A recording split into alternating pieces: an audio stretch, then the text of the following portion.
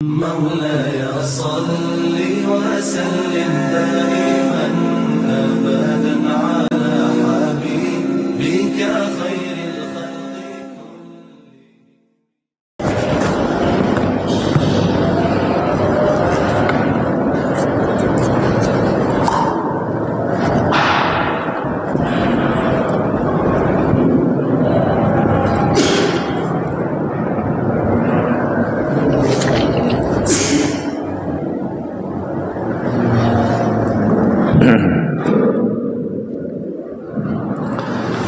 Assalamualaikum warahmatullahi wabarakatuh.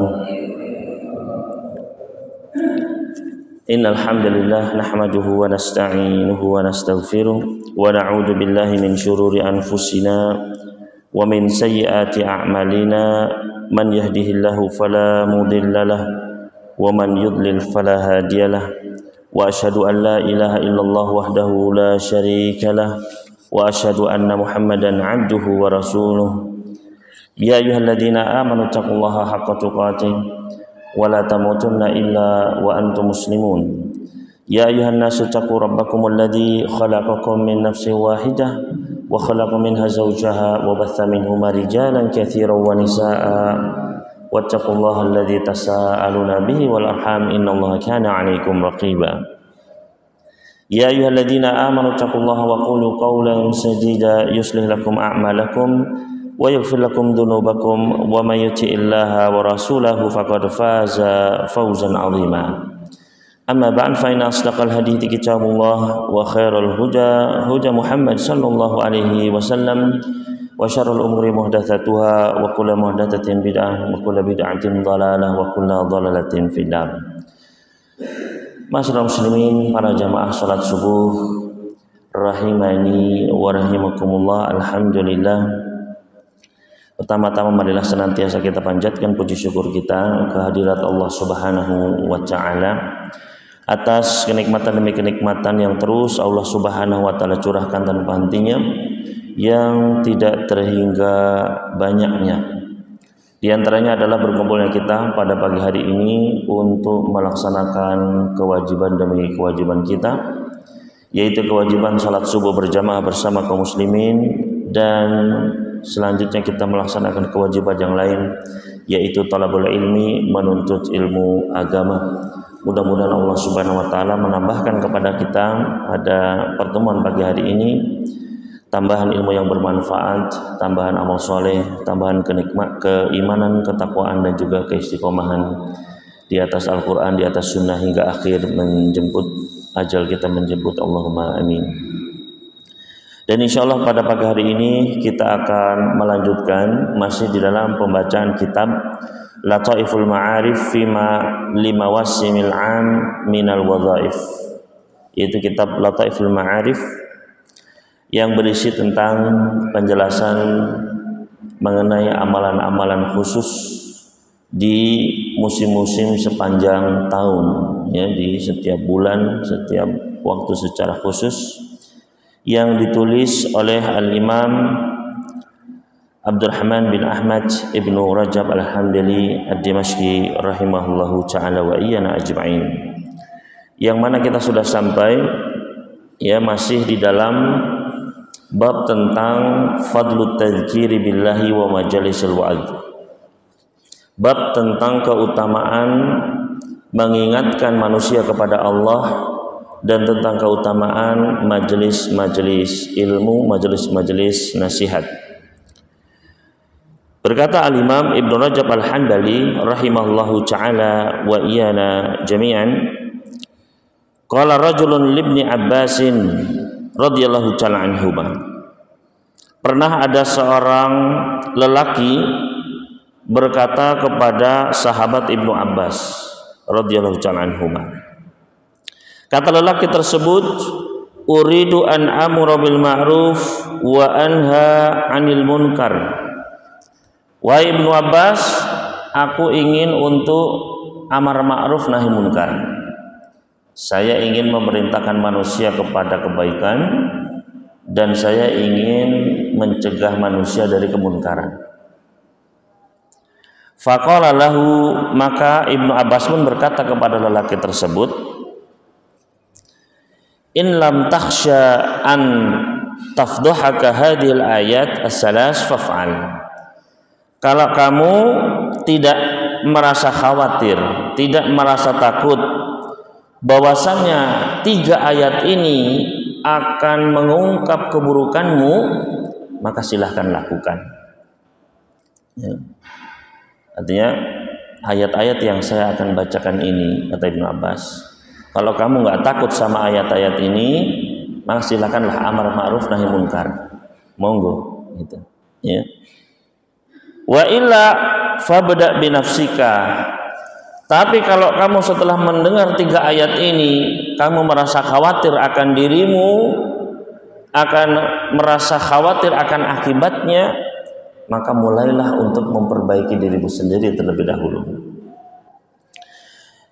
Yaitu summa cala, kemudian Ibnu Abbas pun membacakan 3 ayat tersebut.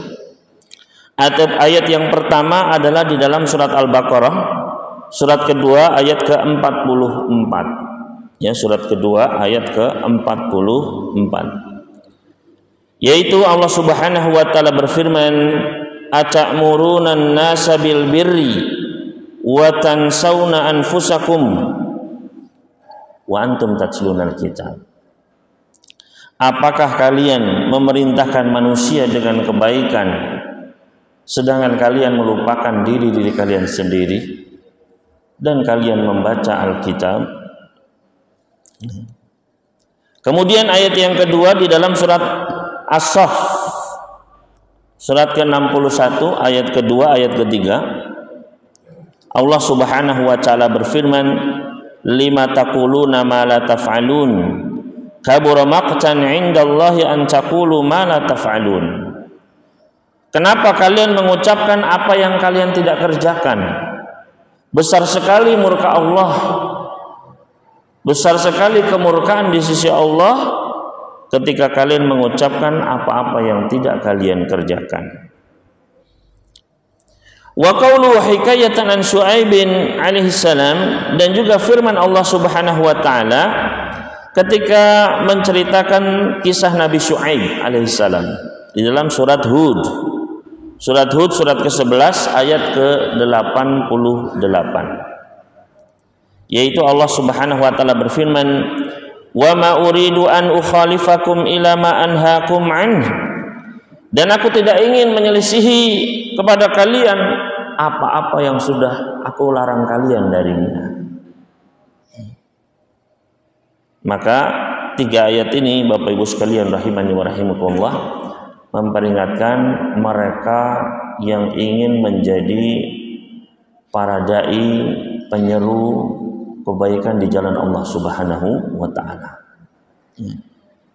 Dan ini peringatan keras khususnya bagi yang sedang berbicara di hadapan bapak-bapak sekalian.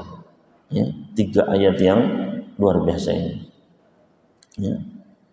Allah Subhanahu wa taala ya mengingatkan atamuruna an-nasa bil birri wa tansawna anfusakum.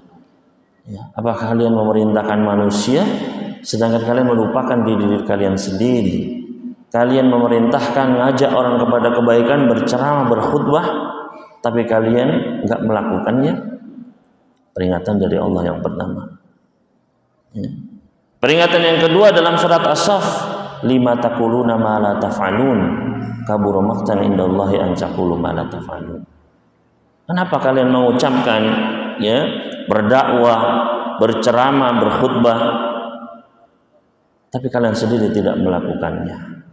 Besar sekali kemurkaan di sisi Allah ketika kalian mengucapkan apa yang kalian tidak lakukan. Dan yang ketiga, ya, ketika Allah Subhanahu wa taala menceritakan ketika Nabi Syu'aib diajak untuk menyelisihi peringatan yang telah dia sampaikan. Wa ma uridu an ukhalifakum fima anhaakum an.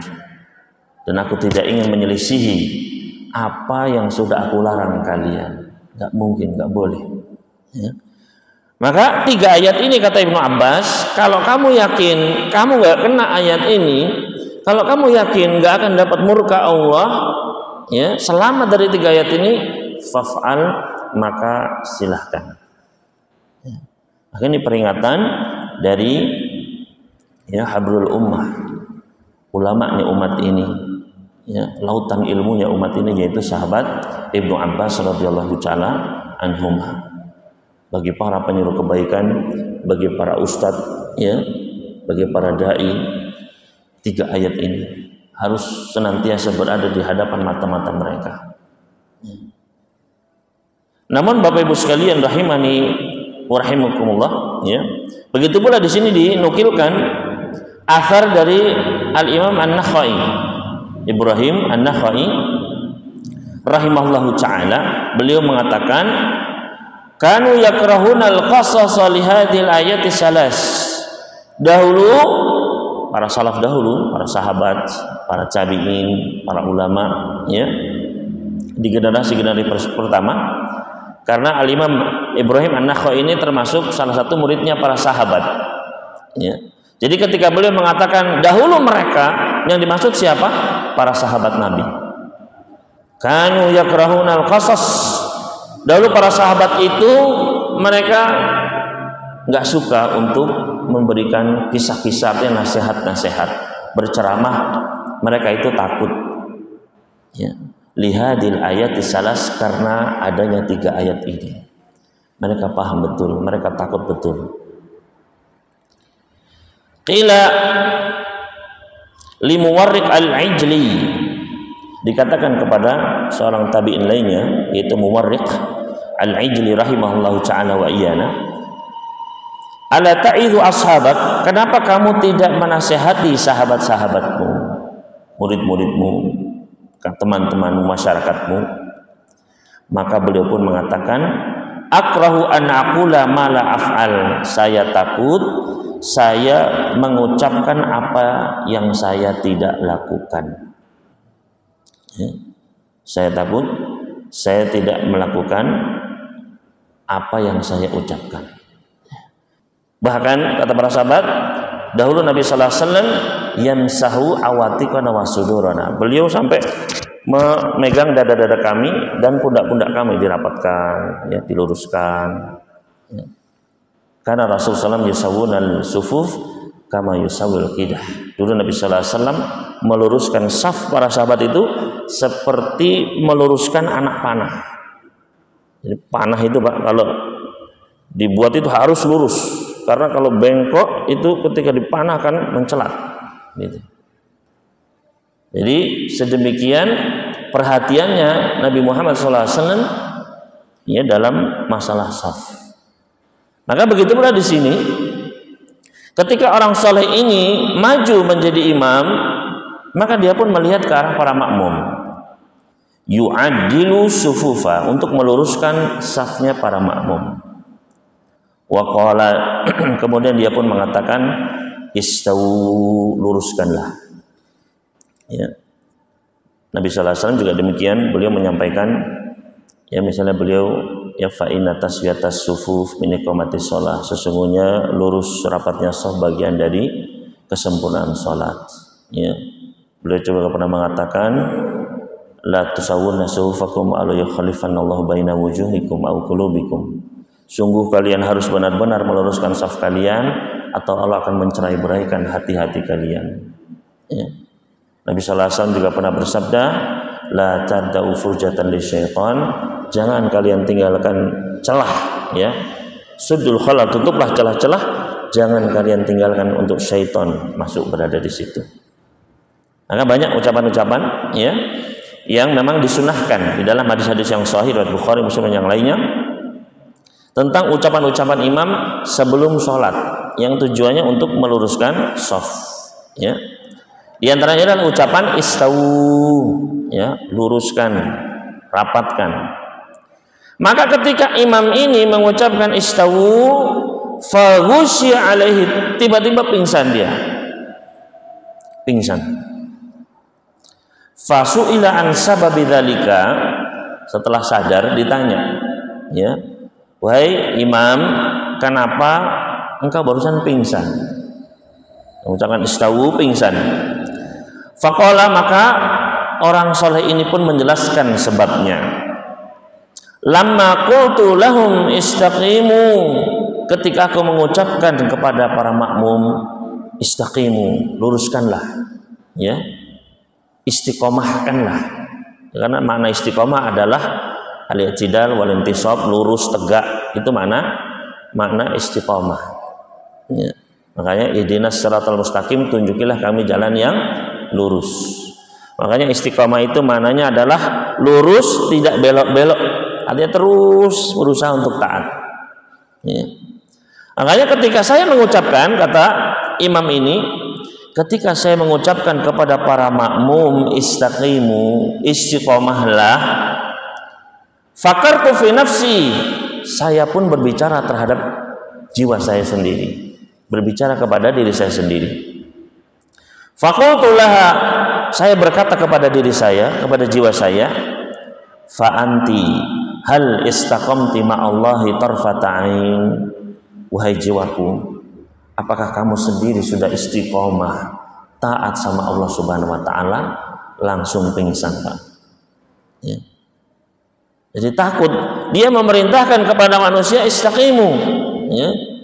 Maksudnya itu luruskanlah shaf, tapi dia langsung berpikir kepada jiwanya, kamu sendiri sudah istiqomah belum? Langsung takut dia, Pak. Karena takut dia mengucapkan, memerintahkan manusia apa yang tidak dia kerjakan bagi dirinya sendiri. Dia takut 3 ayat tadi, lima taquluna ma la taf'alun, kabura maqtan indallah, ya. Besar murka Allah ketika kamu mengucapkan apa yang kamu nggak lakukan pada dirimu sendiri. Nabi SAW dalam hadis yang sahih, pernah ketika para penduduk neraka sedang diadab di dalam neraka, tiba-tiba dimasukkanlah satu orang ke dalam neraka jahanam dalam keadaan perutnya itu pecah, ususnya keluar. Kemudian disiksa dengan diputar-putar, ususnya itu ditarik, diputar-putar. Ya dulu kama ya dulu roha, berputar seperti berputarnya penggilingan, ya. Seperti keledai berputar mengitari penggilingan, putar-putar. Maka penduduk neraka pun melihat, bukankah ini si fulan, orang yang memerintahkan kepada kebaikan, mencegah dari kemungkaran? Bukankah dia ini khotib kita, imam kita, ustadz kita? Nasallallahu. Berarti ketika di dunia dia sudah diakui keustadzannya, dia sudah diakui keilmuannya, dianggap salih. Maka orang-orang pun berkumpul, ya, para penduduk neraka.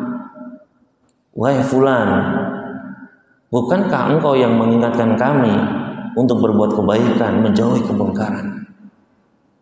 Maka orang ini yang diputar-putar ini, Pak, nasallallahu alaihi, naudzubillah min dzalik, ya, dia pun mengatakan, betul, kuntu amartukum bil ma'ruf falam ati, dulu akulah yang memerintahkan kalian kepada kebaikan, tapi aku sendiri tidak melakukannya, dan aku melarang kalian dari kemunkaran, fa'ati, dan aku sendiri yang justru mendatanginya, ya. Maka hadis-hadis banyak lagi mengingatkan bagi para ya, ahli ilmu, para ulama, ya, para dai, para wa'id, pemberi nasihat, para khutbah. Maka hendaknya, ya, merasa takut. Seorang penyair pernah mengatakan, ma kullu man wasafa dawa yasta'miluh wala kullu man wasafa tuqa huwa tuqa. Tidaklah semua orang yang mengeluarkan resep, ya, mencatatkan obat, dia minum obat tersebut, ya. Dokter kan nulis obat macam-macam, Pak, ya. Apakah dia meminum obat tersebut? Apakah dia sudah nyoba semua? Pasti nggak ada, ya. Ma kullu man wasafa dawa yasta'miluh. Tidaklah semua orang yang menuliskan obat, ngasih tahu obat, dia memakai semua obat itu, enggak. Ya. Coba tanya ke dokter, ya. Wong dokternya sehat, ya kan? Dia menulis resep obat A, obat B. Apakah Pak dokter sudah nyoba semua obat itu? Enggak, ya.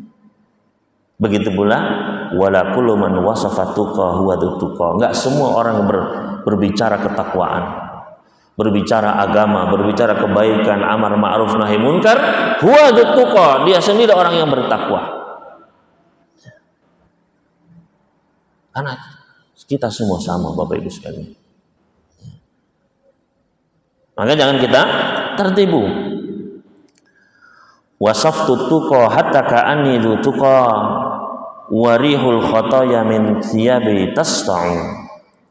Aku mensifati, menggambarkan ketakwaan, menyampaikan ketakwaan, berceramah dan sebagainya. Hatta ka'anni dzu tuqa, seakan-akan aku adalah orang yang bertakwa. Warihul khataya min thiyabi tasfa'u, padahal angin, ya, aroma dosa-dosaku dari balik pakaianku ini keluar. Makanya Abdullah bin Mas'ud pernah mengatakan, ya, seandainya dosa itu bisa berbau, ada baunya, ya, seandainya dosa itu berwujud, ya, diantaranya dengan aroma baunya, maka kalian ini berkata kepada murid-murid para tabi'in, niscaya kalian tidak akan mau mendekatiku. Sahabat Abdullah bin Mas'ud termasuk as-sabiqunal awwalun, orang-orang yang pertama masuk Islam. Ketika di atas muka bumi ini muslimnya belum nyampe 10 kepala, beliau sudah salah satunya. Tapi kata beliau, seandainya dosa itu bisa keluar baunya, ya, kalian bisa menciumnya, niscaya kalian nggak akan ada yang dekat-dekat aku. Merasa beliau sendiri banyak dosanya, ya. Maka dan demikianlah, ya, dosa itu memang sekarang nggak kelihatan, tapi sangat, ya, Nabi SAW menggambarkan. Pernah Aisyah radhiyallahu ta'ala anha, Aisyah menggibah madunya, menggibah Safiyah. Kata Aisyah, hasbuka min Safiyati kada wa kada. Ya, artinya itu Safiyah itu pendek gitu. Pendek gitu. Mengejek. Dia di hadapan Rasul Shallallahu Alaihi Wasallam. Safiyah itu pendek, biasa cemburu Pak, ya.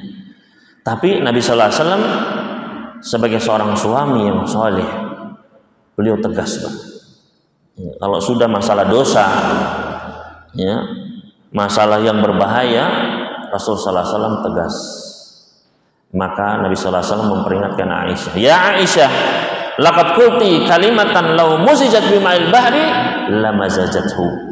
Wahai Aisyah, sesungguhnya engkau telah mengucapkan sebuah kalimat, sebuah ucapan yang seandainya dosanya itu dicampur dengan air samudra, maka akan rusak itu air satu samudra.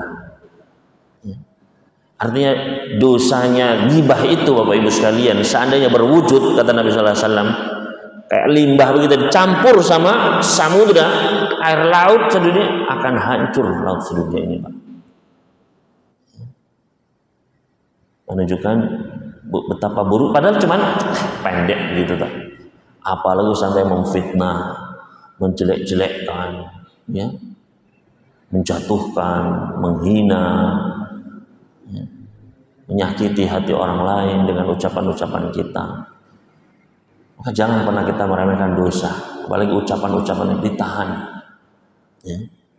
Ucapan kita dengan lisan kita ataupun dengan jari jemari kita ditahan, karena dosanya, ya, tidak ringan. Kalau seandainya dosa itu berwujud, akan rusak Pak. Limbah sedunia saja itu baru mengotori masih pinggir-pinggirnya saja, ya, belum seluruh samudra. Padahal limbah bertahun-tahun lamanya. Ini satu kalimat ghibah itu akan merusak, ya, seluruh perairan di dunia. Waliyadzubillah. Saya banyak dosa, sudah saya diam saja, ada kemungkaran.